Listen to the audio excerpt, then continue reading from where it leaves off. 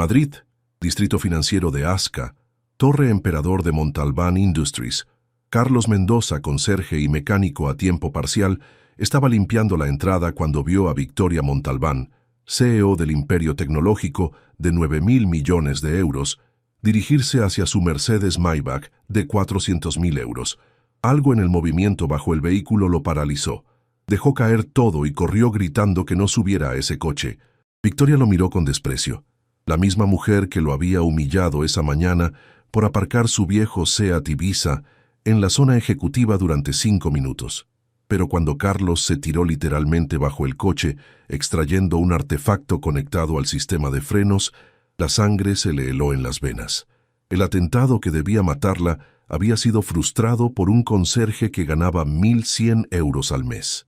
Pero la verdad más impactante estaba por emerger. Carlos no era un simple conserje, era el exingeniero jefe de Seat Sport que había perdido todo por salvar vidas.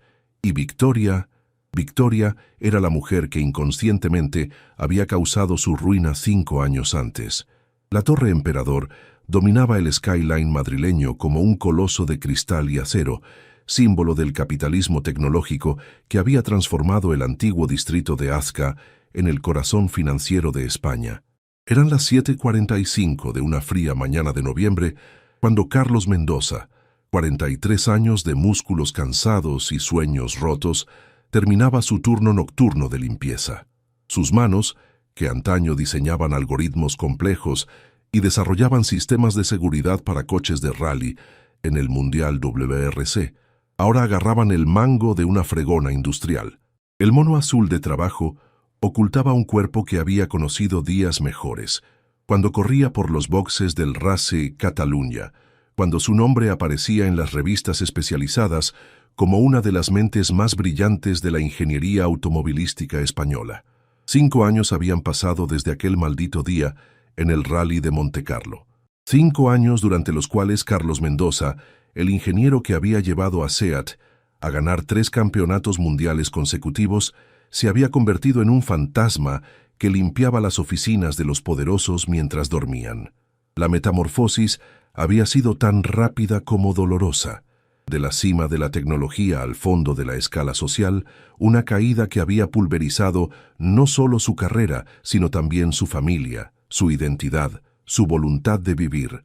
Victoria Montalbán cruzó el vestíbulo con su habitual andar de depredadora alfa, 39 años de poder concentrado en 1,70 m de determinación despiadada, envuelta en un traje de Palomo Spain que costaba más de lo que Carlos ganaba en 4 meses.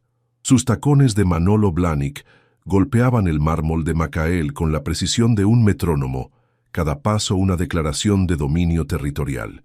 Carlos la conocía bien, aunque ella nunca se había dignado a mirarlo a los ojos. 6 años al frente de Montalbán Industries la habían transformado de heredera privilegiada del imperio familiar en CEO implacable, capaz de despedir a 300 empleados por videoconferencia mientras tomaba un gin tonic en el AVE a Barcelona. Los periódicos la llamaban la Dama de Hierro española. Los empleados susurraban otros epítetos menos halagadores en los pasillos. Esa misma mañana se habían cruzado en el garaje subterráneo. Carlos había aparcado su destartalado Seat Ibiza del 2003 en la plaza reservada al presidente del Consejo de Administración, el tiempo justo para descargar los productos de limpieza.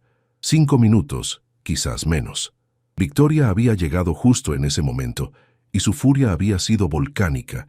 Lo había humillado delante de los vigilantes de seguridad, de los ejecutivos que llegaban, incluso delante del chaval de la cafetería que traía los cruasanes. Palabras cortantes como navajas sobre su dignidad ya comprometida, amenazas de despido inmediato, desprecio puro hacia ese insecto que había osado profanar el espacio sagrado del poder. Carlos había agachado la cabeza, murmurando disculpas, moviendo su coche mientras por dentro algo moría un poco más. Estaba acostumbrado a la humillación, llevaba las cicatrices invisibles de 1000 pequeñas muertes cotidianas, pero necesitaba ese trabajo. Carmen, su hija de 14 años, vivía con su madre en Valencia, y la pensión que debía pasar era lo único que le impedía desaparecer completamente de su vida. Ahora, mientras recogía el equipo para marcharse, Su mirada cayó sobre el Mercedes Maybach negro aparcado en la zona VIP exterior. Una joya de ingeniería alemana de 400.000 euros, con interiores de cuero napa y detalles en madera de ébano. El chofer ya estaba calentando el motor. Rutina diaria para llevar a Victoria a la reunión de las 8:15 con los inversores coreanos de Seoul Dynamics. Fue un reflejo de luz anómalo lo que captó la atención de Carlos. Un destello metálico bajo el vehículo, donde no debía haber nada salvo el asfalto gris del aparcamiento. Años en los boxes del WRC, donde un tornillo fuera de lugar podía significar la muerte a 200 km/h en una carretera de montaña, habían entrenado sus ojos para captar la anomalía, la imperfección en el patrón. Se acercó fingiendo recoger un papel. Se agachó y lo que vio lo paralizó. Un dispositivo sofisticado, no más grande que un paquete de tabaco, conectado con precisión quirúrgica al sistema ABS del Mercedes. Reconoció inmediatamente el C4, el explosivo plástico militar, suficiente para hacer volar el coche. Pero era el mecanismo de activación lo que era genial. Programado para activarse después de exactamente 3 kilómetros, cuando el coche estaría a toda velocidad en la M30. El cerebro de Carlos procesó la información en nanosegundos.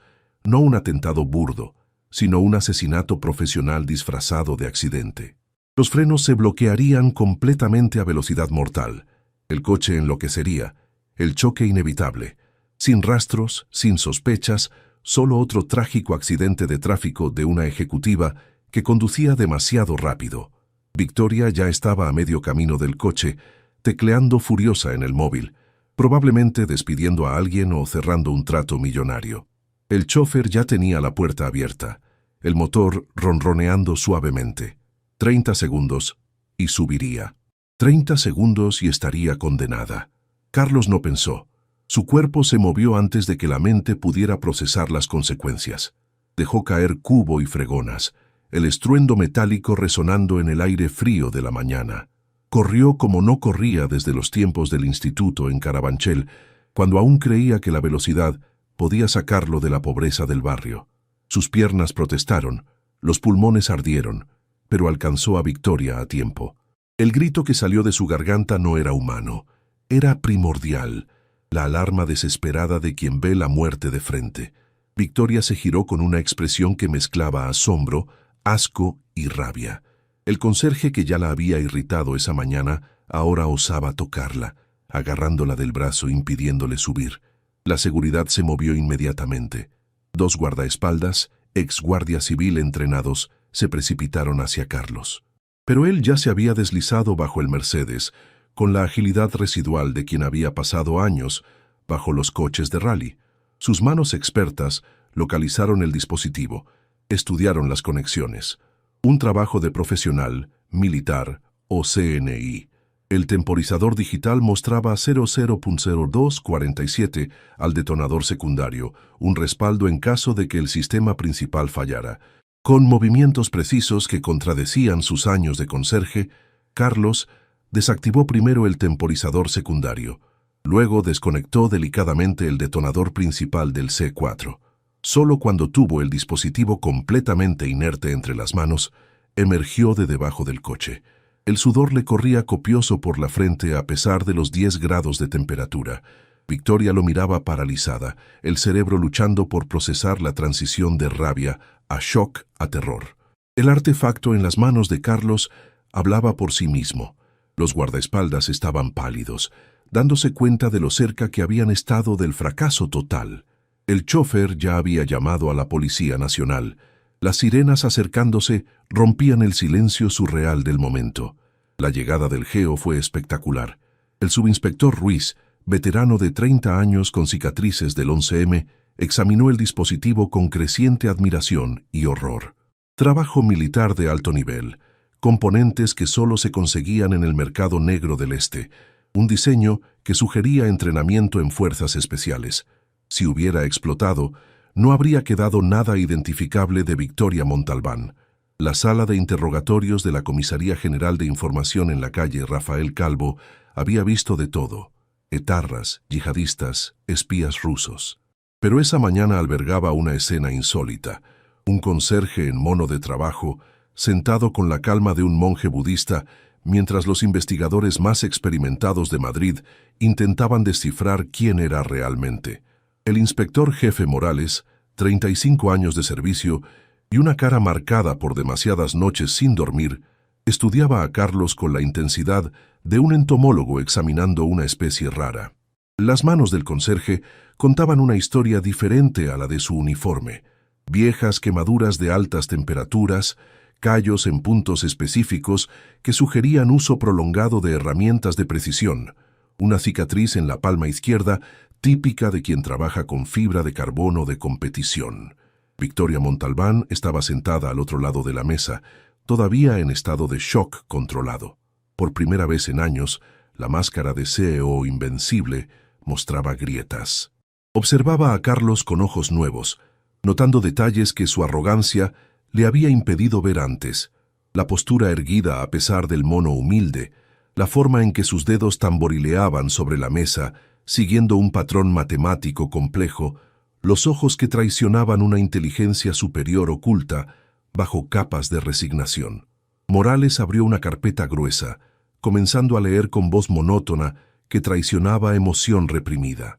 Carlos Mendoza Ruiz, nacido en Madrid en el barrio de Carabanchel, familia obrera, padre mecánico en Barajas, madre costurera, becas por méritos excepcionales, licenciatura con matrícula de honor en la Universidad Politécnica de Madrid en Ingeniería Aeroespacial, máster en el Imperial College de Londres pagado por SAIT, 32 patentes registradas, 3 campeonatos mundiales de rally como ingeniero jefe, innovador del año según Autosport Magazine durante 4 años consecutivos.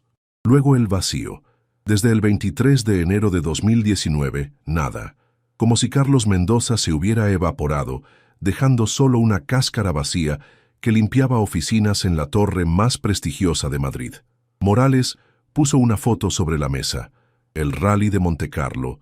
Sergio Fernández siendo extraído de su SEAT destruido. La columna vertebral rota, la carrera terminada en 3 segundos de terror a 190 km por hora en el Col de Turini. Carlos miró la foto sin emoción aparente, pero Victoria notó el microscópico temblor en su mandíbula, la forma en que sus manos se cerraron en puños para luego relajarse forzadamente. Comenzó a contar con voz plana, sin inflexiones, como quien recita una condena de memoria.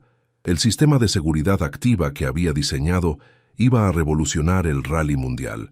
Sensores predictivos capaces de anticipar pérdidas de adherencia y activar contramedidas automáticas milisegundos antes del derrape.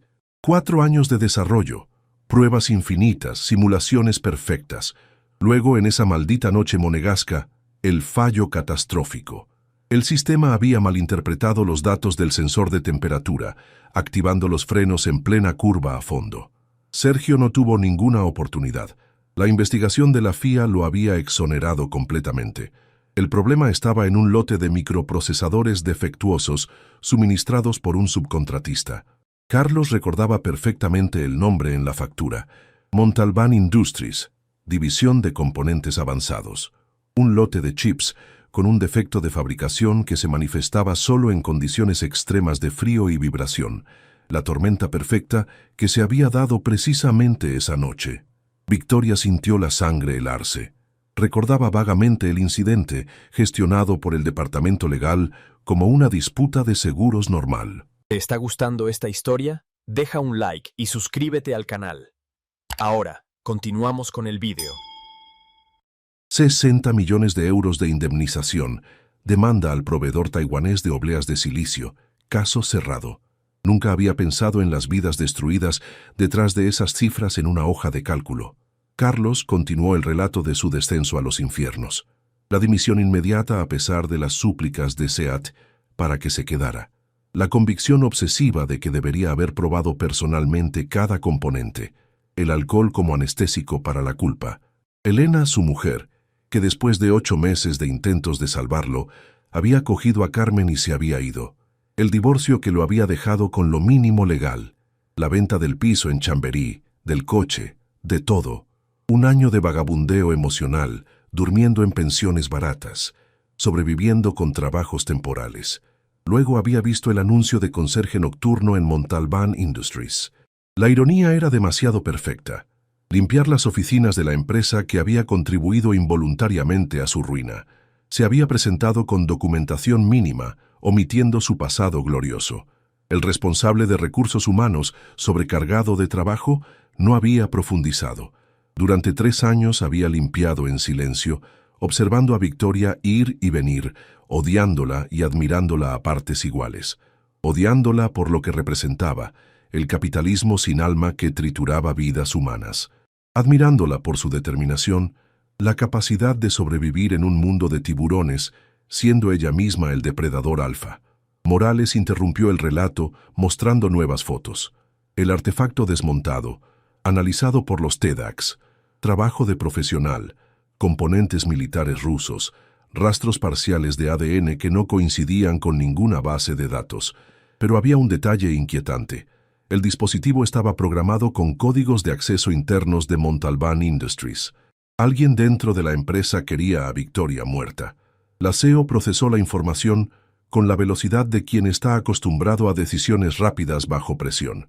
La lista de enemigos era larga: competidores envidiosos, accionistas descontentos, exempleados despedidos. Pero ¿quién tenía acceso a los códigos de seguridad de nivel 5? Solo 3 personas además de ella: Alejandro, su hermano y director financiero; Joaquín Herrera, vicepresidente y mano derecha de su padre; Marina Vega, la directora de IT que gestionaba todos los sistemas. Carlos observó a Victoria mientras procesaba las posibilidades y, por primera vez, vio más allá de la máscara de hielo.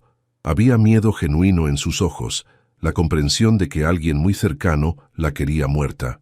Pero había también otra cosa: soledad. La soledad de quien está en la cima de la pirámide y no puede confiar en nadie. El interrogatorio fue interrumpido por la llegada precipitada de Alejandro Montalbán. 36 años, guapo de esa manera artificial, de quien gasta demasiado en gimnasios y cirugía estética, entró como un huracán pidiendo ver a su hermana. El abrazo parecía genuino, las lágrimas auténticas. Pero Carlos, entrenado para captar anomalías, notó detalles disonantes. Los zapatos de Alejandro tenían rastros de polvo de cemento fresco, el mismo tipo usado para anclar dispositivos bajo los coches. El reloj, un Patek Philippe de 100.000 euros, iba adelantado 3 minutos, como si hubiera estado en una zona horaria diferente recientemente. Y había un olor, apenas perceptible, cordita, el olor de quien ha manejado explosivos. Carlos no dijo nada, pero memorizó cada detalle. Su mente analítica, dormida durante 5 años, estaba despertando. Patrones emergían del caos, conexiones se formaban. El ingeniero que había diseñado sistemas complejos capaces de procesar miles de variables por segundo seguía ahí, bajo la piel del conserje. Las semanas siguientes transformaron la vida de Carlos de manera inesperada. De conserje invisible se había convertido en el héroe reacio, el hombre que había salvado a la CEO más poderosa de Madrid. Los medios lo asediaban, pero él rechazaba toda entrevista. Victoria había insistido en una recompensa, un nuevo trabajo, cualquier cosa. Carlos había pedido solo mantener su puesto de conserje y un favor: traer a su hija Carmen a Madrid un fin de semana. La policía había puesto a Victoria bajo protección, pero ella había rechazado el piso franco estándar, optando por el ático blindado en el barrio de Salamanca. Sin embargo, había impuesto una condición: Carlos debía formar parte del equipo de seguridad. No confiaba en los profesionales que no habían visto el artefacto, quería al hombre que tenía el instinto de reconocer el peligro. La convivencia forzada reveló a 2 personas completamente diferentes de las máscaras que llevaban. Victoria, sin la armadura de CEO, era sorprendentemente vulnerable. Sufría de insomnio crónico, pesadillas recurrentes donde su padre la regañaba por no ser lo suficientemente fuerte. Tomaba ansiolíticos a escondidas, bebía demasiado Ribera del Duero por las noches, hablaba en sueños, revelando miedos que nunca admitiría despierta.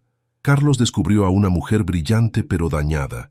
Don Rodrigo Montalbán la había criado como un soldado corporativo, programada para ganar a cualquier precio, sin debilidades, sin emociones, solo resultados. A los 39 años tenía todo lo que el dinero podía comprar, pero nada de lo que el corazón deseaba.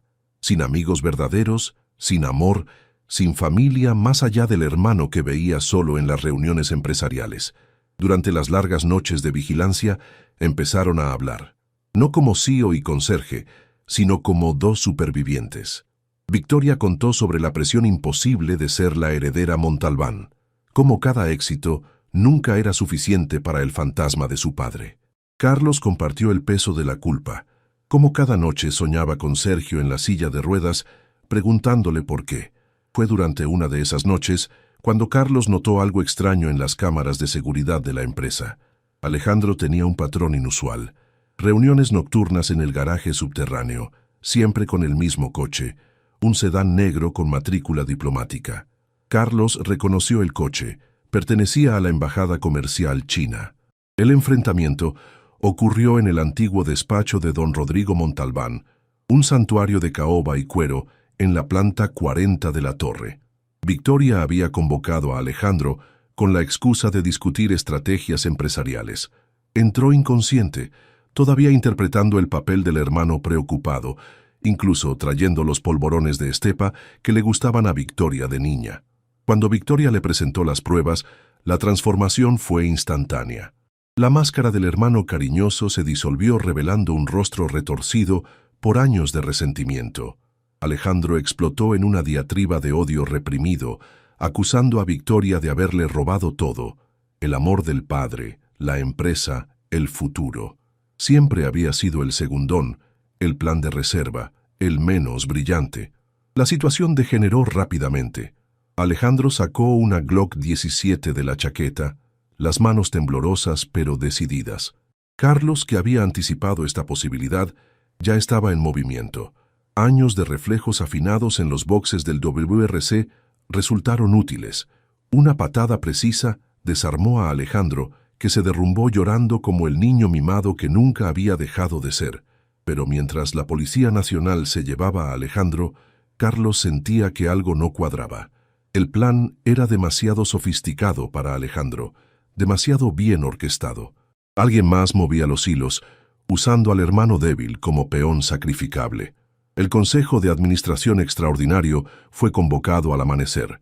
Joaquín Herrera llegó confiado, ya saboreando la victoria con Alejandro en prisión, y Victoria emocionalmente destrozada. No esperaba encontrar a Carlos en la mesa, ni la proyección de las pruebas sobre su conspiración de 20 años. La caída de Herrera fue espectacular. Intentó huir, pero los guardias lo detuvieron. Mientras era arrastrado, gritó su justificación retorcida. El mundo era injusto, los mediocres como él tenían que luchar, mientras los incompetentes nacían ricos. Solo había nivelado el campo de juego. Con los traidores eliminados, Victoria se encontró teniendo que reconstruir no solo la empresa, sino a sí misma. Ofreció a Carlos el puesto de director técnico, pero él rechazó. No quería volver a ese mundo de presiones imposibles. Victoria propuso entonces algo diferente: una asociación para crear una división dedicada a la seguridad ética, innovación responsable que pusiera las vidas humanas antes que los beneficios. Fue Carmen, la hija de 14 años de Carlos, quien lo convenció. Victoria la había localizado y traído a Madrid. El reencuentro entre padre e hija después de 3 años de distancia fue conmovedor. Carmen dijo simplemente que su padre era un héroe, que solo había necesitado tiempo para sanar, y ahora ese tiempo había llegado. 2 años después, el Hotel Ritz de Madrid albergaba la boda más improbable del año. El conserje se casaba con la CEO, un cuento moderno que los medios adoraban, pero que para Carlos y Victoria representaba mucho más. Era redención recíproca, salvación mutua, amor nacido de las cenizas del dolor. Carmen, ahora de 16 años, era dama de honor, radiante al ver a su padre finalmente feliz. Sergio Fernández, el piloto paralizado, llevó los anillos en su silla de ruedas motorizada, símbolo viviente de que del peor mal puede nacer el bien. Había perdonado públicamente a Carlos, diciendo que el accidente lo había llevado a descubrir su verdadera vocación: dirigir una fundación para deportistas lesionados. Durante la recepción, Victoria tomó el micrófono. La mujer de hielo había desaparecido, reemplazada por alguien que había aprendido que la verdadera fuerza está en la vulnerabilidad. Contó cómo un grito desesperado la había salvado no solo de la muerte física, sino de la emocional. Carlos le había enseñado que el valor de una persona no está en su cuenta bancaria, sino en el coraje de hacer lo correcto, aunque cueste todo. Carlos habló poco, como era su estilo, pero sus palabras fueron poderosas. Al salvar a Victoria, se había salvado a sí mismo.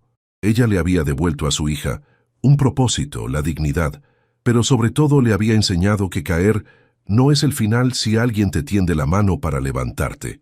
El momento más emotivo llegó cuando Alejandro, con permiso especial de la prisión, donde cumplía una pena reducida por colaboración, se acercó. 2 años de cárcel lo habían transformado. Se arrodilló ante Victoria pidiendo perdón, y ella lo abrazó. El perdón liberó a ambos del peso del pasado. Montalbán Industries se convirtió en caso de estudio en las escuelas de negocios mundiales. Cómo una tragedia se transformó en renacimiento.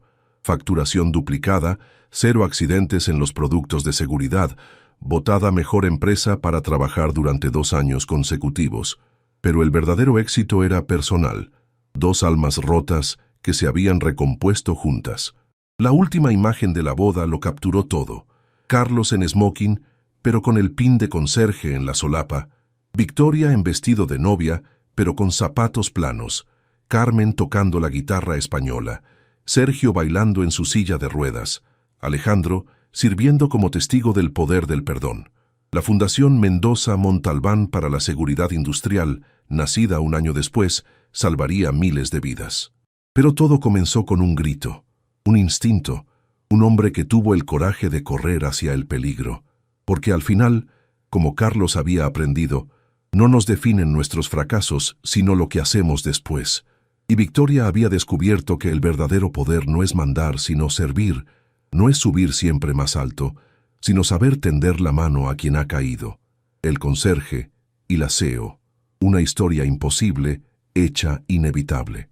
La demostración de que a veces basta gritar, no subas a ese coche, para salvar no una sino 2 vidas, para transformar el destino, para encontrar el amor en los lugares más improbables.